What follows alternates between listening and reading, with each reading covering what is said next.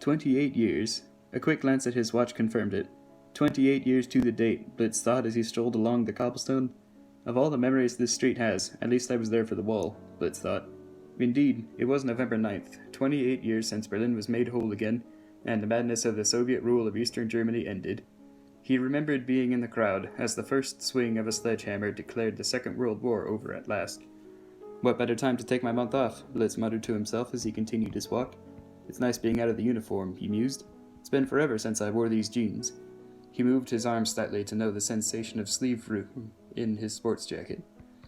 He passed fellow Berliners, the memorial, and the occasional beer garden before he was visually accosted by what seemed to be a human bunker walking towards him. Clad in a camouflage uniform, emblazoned with Russian insignia, toting a tripod-bound LMG, all whilst wearing at least 10 kilograms of metal on his head, was Tachanka. Blitz recognized the man from work but had no idea why he was in Berlin at the same time in the same place.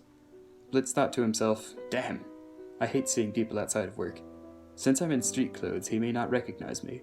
I didn't expect seeing anyone I knew here, much less an old commie next to the Berlin Wall Memorial. Hurrying by nonchalantly, Blitz passed Tachanka.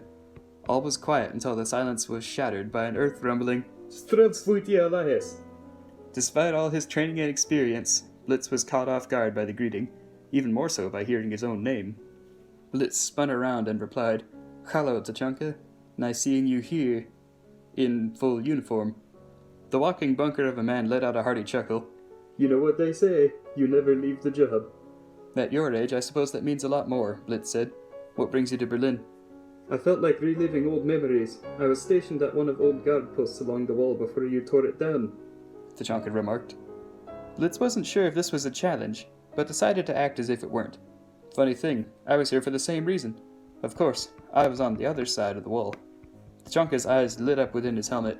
"Funny how life works. You never get used to it. Seeing as how luck would have us meet here, want to go get some food. I don't know anyone in town, so it'd be nice to chat with a friend." Blitz underwent a myriad of thoughts in the brief moment that passed.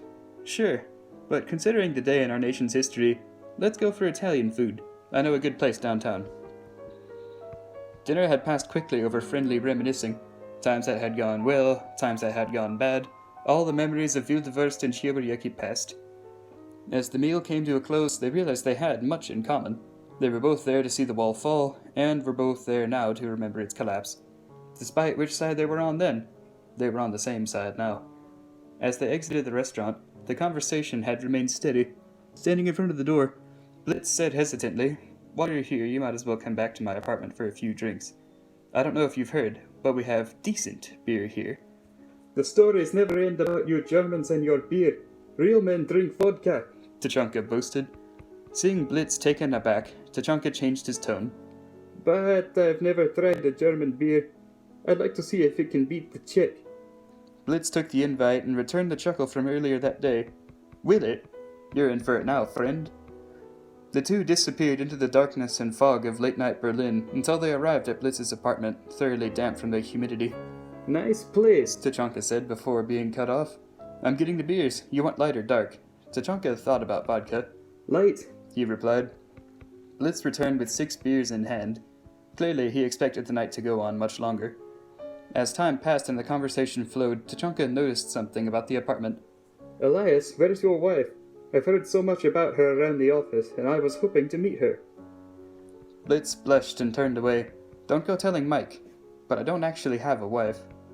Tachanka's eyebrows shot up from behind his helmet until they couldn't be seen through his visor. "I won't be telling Thatcher, that old traditionalist, but why lie?" Blitz hesitated. It was easier than telling everyone that I'm actually gay, and a technosexual. Tachanka fell silent for a moment, then reached back and set his LMG on the coffee table in front of him.